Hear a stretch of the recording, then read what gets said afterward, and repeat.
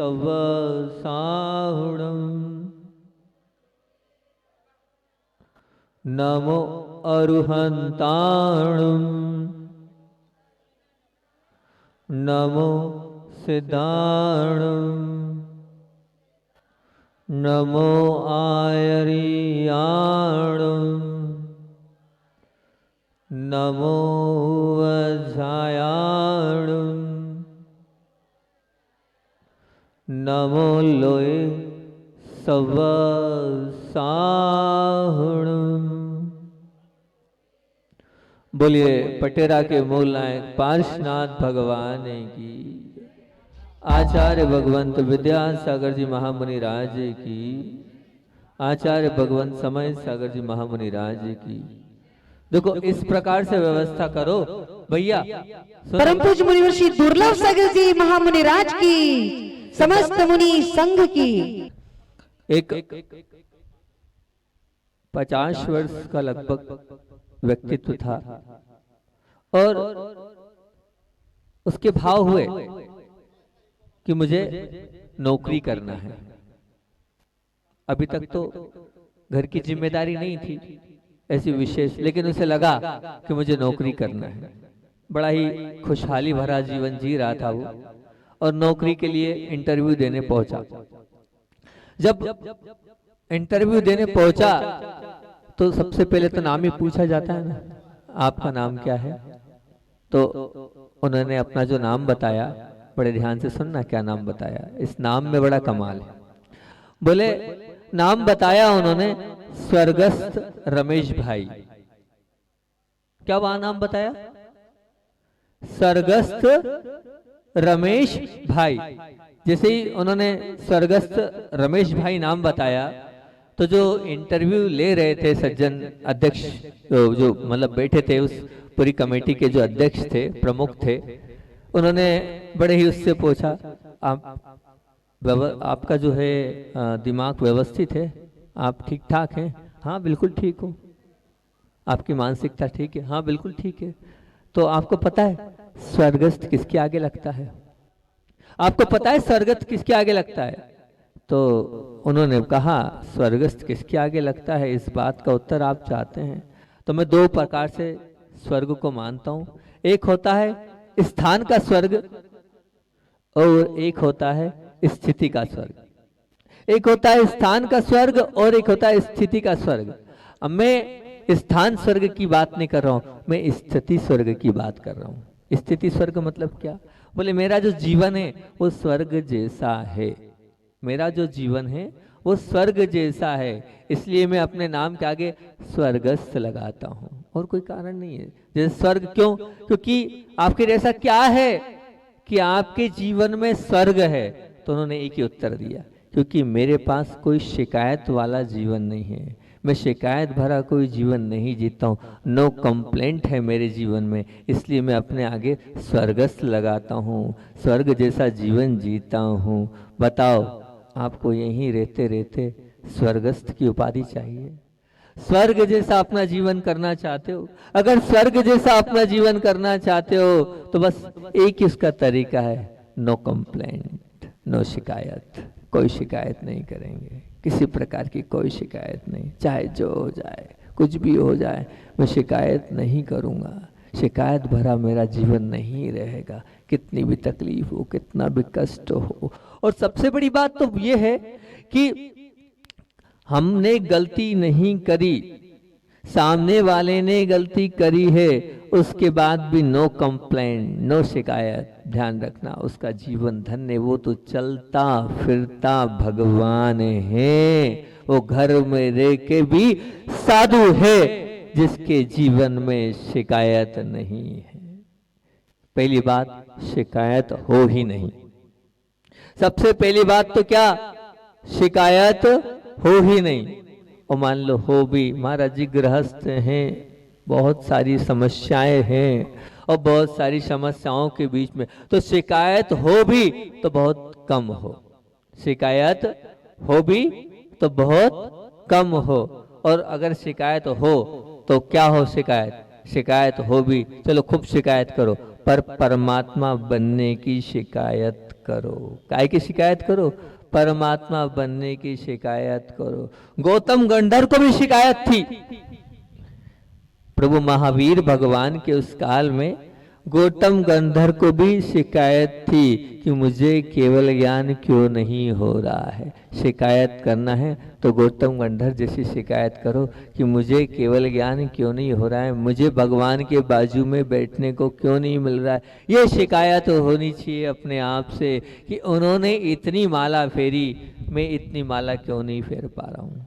ये शिकायत आपको अंतरंग से होनी चाहिए। अगर ये शिकायत है तो ये मान के चलना बहुत बड़ी बात है। यहाँ की कमेटी से मैं निवेदन करूँगा कि अब जब मान लो माला हो ही गई है, गिनती हो ही गई है और गिफ्ट मिलना ही है, तो वो प्रवचन के अंत में सब लोग बता दे कौन का क्या है, ताकि उसका भी सम्मान हो जाए, उसको भी जो मिलना है सो मिल जाए। बात चल रही है तो शिकायत हो नहीं। अब शिकायत आप नहीं चाहते हो ना कि मेरा जीवन शिकायत भरा नहीं, और अपने जीवन के अभी जीते जी क्या लगाना वहां चाहते हो आप? स्वर्गस्थ लगाना चाहते हो। अध्यक्ष साहब स्वर्गस्थ अशोक कुमार जी लगाना चाहते हो। तो स्वर्ग भरा जीवन जीने के लिए कुछ 4-5 बातें हैं। सबसे पहली बात, बी थैंकफुल। बी थैंकफुल मतलब क्या? सुबह शाम हमारी मानसिकता थैंक्स की है कि शिकायत की?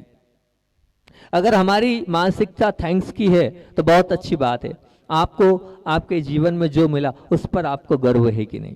जो भी आपको मिला उस पर गर्व है कि नहीं? चाहे आपको ये आंख मिली हो, ये आपको बहुत अच्छे पाँव मिले हो, ये बहुत अच्छे आपको कान मिले हैं, ये दोनों आपको हाथ मिले हैं, आपको प्रभु कृपा और पुण्य के पूर्व पुण्य के उदय से पैसा मिला हो, अच्छी वाणी मिली हो, बताओ ये जितना है इस पर थैंक्स है कि नहीं? अरे जो है वो कम है क्या? जो है वो कम है क्या? वो बहुत कुछ है जो आपके पास है, बहुत कुछ है। एक कर्मचारिणी बाई थी, कहना चाहिए आप लोग उसको बर्तन वाली कह सकते हैं या काम वाली कह सकते हैं या पोछे वाली कह सकते हैं। तो सेठानी ने जो जिनका काम करती थी उन्होंने बड़े उससे पूछा, एक बात समझ में नहीं आती, बहुत ध्यान से सुनना, सबके काम की बात बता रहा हूँ, ऐसे काम की बात कि आप अगर उसकी बात को स्वीकार कर लोगे तो आपके जीवन में बड़ी प्रसन्नता आ जाएगी। तो बोले एक बात समझ में नहीं आती है भाई, तू जब देखो जब मुस्कुराती है, जब देखो जब खुश रहती है, तेरे चेहरे पर हमेशा प्रसन्नता बिखेरती रहती है, आखिर कारण क्या है? आखिर कारण क्या है? तो बड़े ही उससे उन्होंने अपना बताया। बोले मालकिन मैं इसलिए प्रसन्न रहती हूँ, मैं इसलिए प्रसन्न रहती हूँ, क्या कारण है? बोले हमेशा मैं अपने से नीचे लोगों को देखती हूँ, मैं हमेशा अपने से जो नीचे लोग हैं उनसे अपना कंपैरिजन करती हूँ कि देखो उसके पास तो क्या है, झोपड़ी भी नहीं है, मेरे पास तो एक कमरा है। उसके पास तो साइकिल भी नहीं है, अरे हमारे पास तो मोटरसाइकिल है। उसके पास तो कपड़े भी नहीं है, मेरे पास तो 10-10 जोड़ कपड़े हैं। उसके पास तो 2 टाइम खाने को भी नहीं है और हमारे पास तो महीनों का राशन है। बोले हमेशा मैं अपने से नीचे वाले को देखती हूँ। जब मैं नीचे वाले को देखती हूँ तो मैं मानती हूँ कि मेरे पास तो सब कुछ है, बहुत कुछ है, मुझसे ज़्यादा तो किसी के पास नहीं है, इसलिए बोले प्रसन्न हूँ। और हम लोग क्या है? हम लोग किसको देखते हैं? हम अपने ऊपर वालों को देखते हैं, हम अपने ऊपर वालों को देखते हैं, इसीलिए टेंशन में हैं और अपने जीवन को हमने कैसे बना रखा? डिप्रेशन में बना रखा। मेरे पास ये नहीं, मेरे पास वो नहीं, जबकि सब कुछ है आपके पास। जो है उससे आप संतुष्ट नहीं हो, इसीलिए आप परेशान हो। इसीलिए क्या हो? आप परेशान हो। पूज्य क्षमा सागर जी महाराज जी ने बहुत अच्छी बात बोली। उनकी पुस्तक कर्म कैसे करे पढ़ रहा था मैं, और उसमें बोला कि संसार में अलग अलग प्रकार के जीव हैं। सबसे पहला जीव कौन सा है? तो बोले सबसे पहला जीव वो है जो अपने दुख से परेशान है। पहला जीव कौन सा है? जो अपने दुख से परेशान है। बोले दूसरा जीव कौन सा है? बोले दूसरों के दुख से परेशान है। और बोले तीसरा जीव कौन है? बोले वो सबसे ज्यादा है। पहला वाला जो है जो अपने दुख से परेशान है वो जो है, और पहला वाला कौन सा उन्हें गिनती में करी, जो दूसरों के दुख से परेशान है वो सबसे कम। जो अपने दुख से परेशान है वो उससे थोड़ा ज़्यादा। और बोले तीसरा जो है वो सबसे ज्यादा है। बोले क्या? बोले दूसरों के सुख से परेशान वो सबसे ज्यादा है। बताओ सही बोल रहा हूं ना? गलत तो नहीं बोला? पूज्य मुनिवर की बात को आपके बीच में रख रहा हूं। दूसरों के सुख से सबसे ज्यादा आप परेशान हो। तो जो काम वाली बाई थी, भले वो काम वाली बाई थी, लेकिन बड़ी काम की बात उसने कर दिएगी कि मैं हमेशा देखती हूँ तो किसको देखती हूँ? अपने से नीचे वाले को देखती हूँ, ताकि इसलिए मैं संतुष्ट हूँ और प्रसन्न हूँ। आप भी अगर प्रसन्न रहना चाहते हैं, आप भी अगर चाहते हैं कि मेरे जीवन में हमेशा प्रसन्नता बना रहे, कंपैरिजन करो, लेकिन किससे? कंपटीशन करो, लेकिन किससे करो? जो अपने से नीचे है उससे करो। मेरे पास तो ये है, मेरे पास तो ये है, मेरे पास तो ये, उसका थैंक्स करो। बी थैंक्सफुल होना चाहिए आपको, जो है उस पर आपको थैंक्सफुल होना चाहिए, उस पर आपको गर्व होना चाहिए। अगर उस पर आपको गर्व नहीं है तो ये मान के चलना अभी आप परेशान हैं और आगे भी आप परेशान रहोगे। इसलिए रोज एक माला तो देता ही हूँ, ठीक है ना? तो माला में आज यही माला दे रहा हूँ या यही नियम दे रहा हूँ, यही आपसे बोल रहा हूँ। क्या प्रयास करूँगा मेरे जीवन में मैं शिकायत कभी नहीं करूँगा, शिकायत वाला जीवन मेरा नहीं रहेगा, कंप्लेंट मारा मेरा जीवन नहीं रहेगा। और आचार्य श्री बोलते हैं कंपटीशन खूब करो, कंपैरिजन खूब करो, लेकिन धर्म जहाँ भैया आपको चेन खींचना खींच देना, मैं तो वहाँ बंद कर दूंगा, है ना? ठीक, कंपैरिजन कभी नहीं करना। तो जीवन में क्या होना चाहिए? बी थैंकफुल होना चाहिए। और ध्यान रखना, कभी माँ कभी पिता के चरणों में जाकर कहा, क्या ये कहा आपने कि बी थैंकफुल, आपने इतना किया, आपके लिए बहुत बहुत थैंकफुल। एक बात ध्यान रखना, अपनी बात को विराम देता हूँ। खड़े हो जाओ, उधर निकल जाओ, अभी ये इस तरफ आ जाओ। अभी एक बात इतना बोल रहा हूँ कि एक पोस्ट कार्ड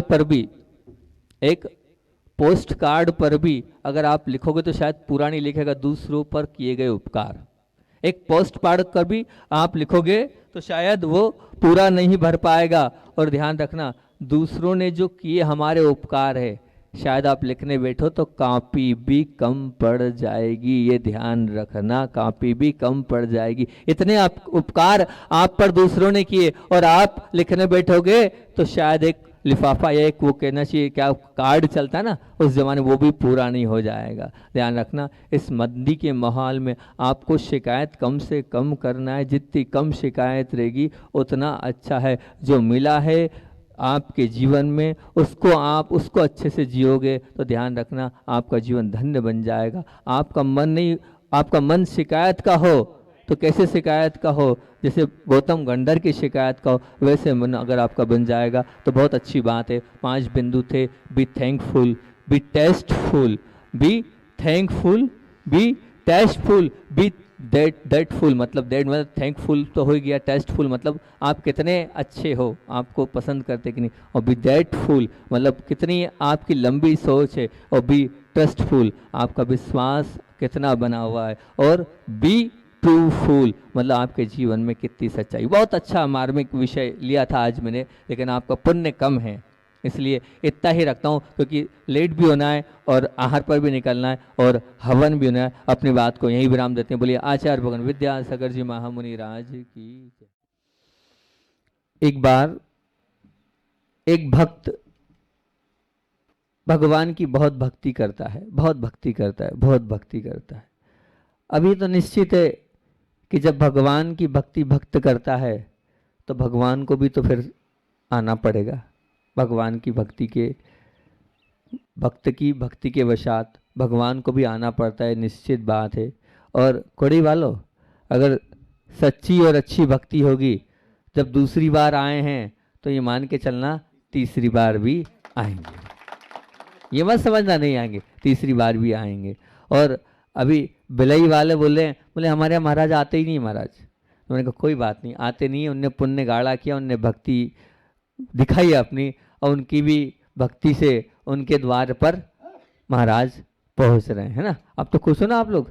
बहुत अच्छा था, जाना वनगांव था, आदेश वनगांव का था, लेकिन अब भिलई होते हुए वनगांव जा रहे हैं। वो भक्त भगवान की बहुत भक्ति करता है, बहुत स्तुति करता है, बहुत वंदना करता है, और बस क्या था, भगवान भी उस भक्त की पुकार से आ गए। अब भगवान आ गए और भक्त से बोलने लगे कि भैया मैं तेरी भक्ति से बड़ा परेशान हो गया हूँ, तेरी वंदना से मैं बड़ा परेशान हो गया हूँ, बोल क्या चाहिए, बोल क्या चाहिए।